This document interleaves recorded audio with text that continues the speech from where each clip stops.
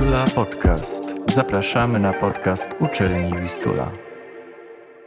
Hello, welcome to the Vistula Podcast, Film Festival Edition. My name is Olaf, and I am joined by one of the directors of this year's Vistula Film Festival movies, Janek. Thank you. As previously mentioned, my name is Janek Zempliński, and I'm very happy to be welcomed by all of you. And yes, please, I'll be so happy to share my thoughts about the movie, about the inspirations. Looking forward to it. Awesome. So before we begin, maybe you'd like to tell the listeners the title of your film. Yes, so the title is a Latin word, which is inexorabilis. Mm-hmm. And it's about, it explains how some things cannot be stopped. Mm-hmm. Something, it's like the element of unstoppable force and unstoppable object. So these are the threads we are moving in terms of this word and the movie that we're gonna show on 29th. So yeah. Awesome. Is this your first time? This is your first time competing in the film festival? Yes. Previous year I was only helping my dear friend Omar, the president of the photo club of the Vistula, and we were just capturing the festival itself. We didn't have the time to capture something beforehand. So yeah, this is my first ever approach to this. But I can clearly approve the words that the biggest motivation to start doing something on my own and not waiting to apply to a film school was the movie festival that I witnessed a year ago. Mm-hmm. So yeah, that's pretty much it. So when you were present at last year's film festival, did you already know that you're going to make a movie for this year, or where did that idea come from? When did it arise? So and that was the initial spark, because a lot of my good friends were participating in many different projects overall the festival last year. So I just thought to myself, if they could do it and they could give up some time to put their minds to it and to share their thoughts and some doubts, some ideas for the future on the screen, then why shouldn't I, right? Especially given how I love the movies, and I have always loved the movies, and not just watched them, but tried to always witness them. Okay, awesome. Yeah. You're also a photographer, right? Yes, I am, most definitely. And I always applied the biggest pressure on telling most of the story by the screen, by what is shown, and not by what is told. And this particular idea of how I wanna give out my thoughts and my worries, again, doubts, and so on, was always by the screen.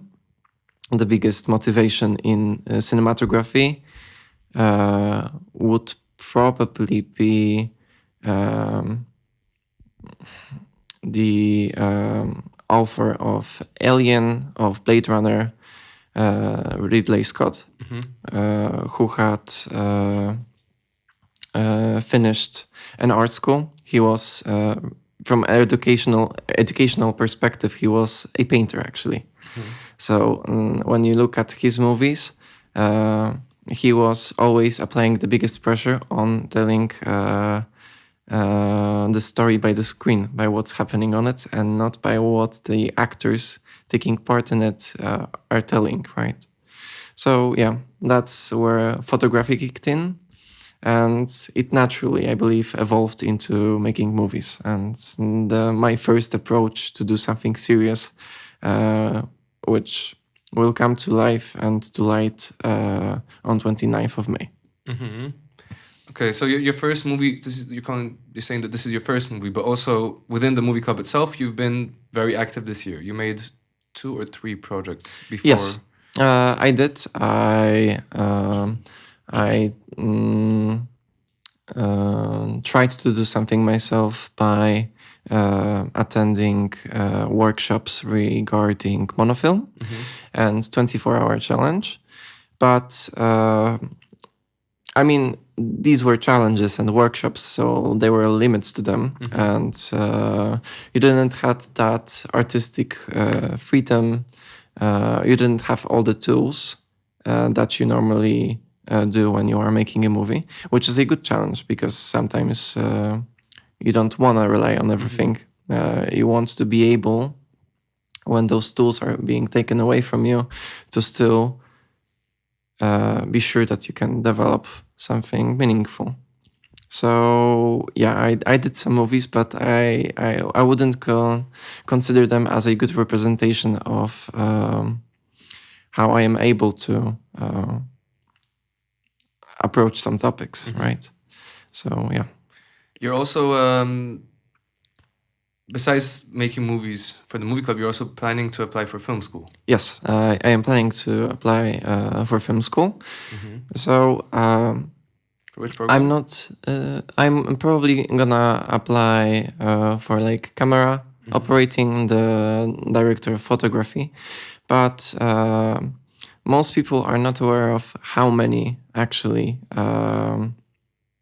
careers you can have in movie industry, because the film schools are introducing you to 3 or 4 faculties, which are relating to the screenwriting, to the camera-related actions and montage, acting, but there's so much more to it. And even though for the time being the plan is to be the camera operator, I cannot tell at all what's it gonna be when I actually get to it, when I start to appear at the movie sets. Hopefully, we'll see about that. But yeah, I am planning to apply for the film school, and I'm hoping that this dream will come true. And such undertakings as movie club, right? These are the best ways in which I can motivate myself to do something extra, to have a head start in regards to other people who will apply to movie school. So are you treating the movies that you're making for the movie club more as actual, let's say, your own projects within themselves, or like practice, or like something to put in your portfolio to get into film school, or how are you kind of treating it when you're working on such projects? So the biggest and the most important thing for me is that after all the positive and negative feedback that I'm gonna hear, the most important bit is that I should be the judge of myself. I should always look out for the things that I am chasing, trying to develop. And with that in mind, of course, I'm not acting selfish right here by trying to do things only for myself. Of course not.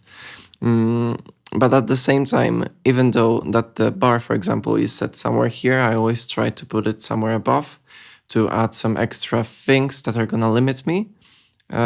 So I would get a little closer to the fraction of an idea of how it's going to look on the actual movie set. So, and yeah, I guess that's how I would picture it. Okay, so to try to like challenge yourself to raise it higher as much as you can to... Yeah, of course. Which, speaking about challenges, you also had a big challenge making this movie itself. Yes. Inexorabilis, because you were very close to backing out from making a film for the festival. I was very close, but thankfully some people dragged me out of this idea. But let's just say that I got too far away of my initial idea to rely only on myself and be my own last bastion. And I think I've applied a little too much pressure to on the other people, hoping that they would deliver.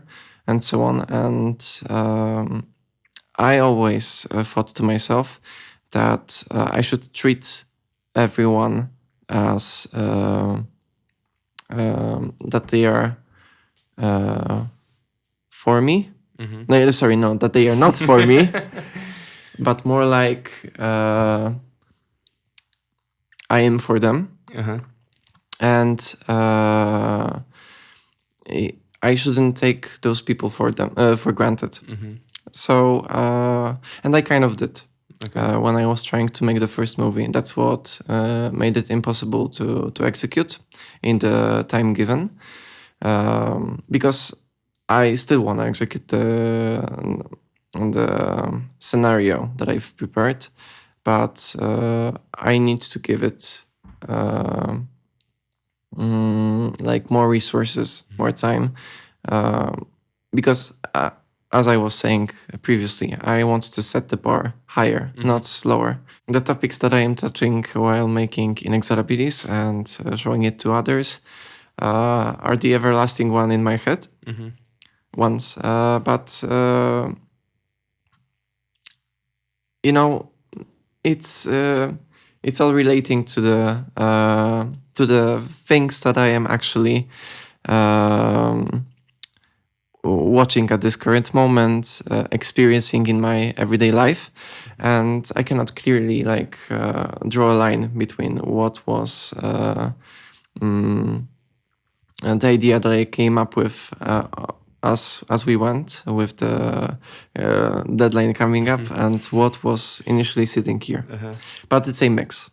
Okay, awesome. And speaking about the deadline coming up, thank you very much, Janek, for joining us today. Or Jan Nowak-Zempliński, thank you very much. Prefer.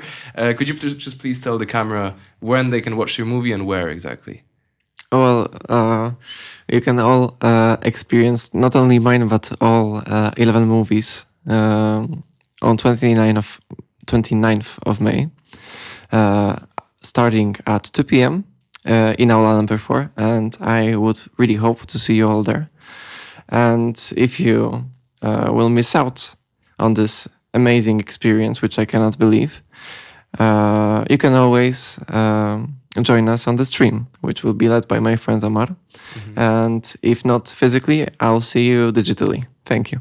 Awesome. Okay, thank you very much. This has been the Vistula podcast, and thank you, Janek. Thank you as well. Thank you for having me.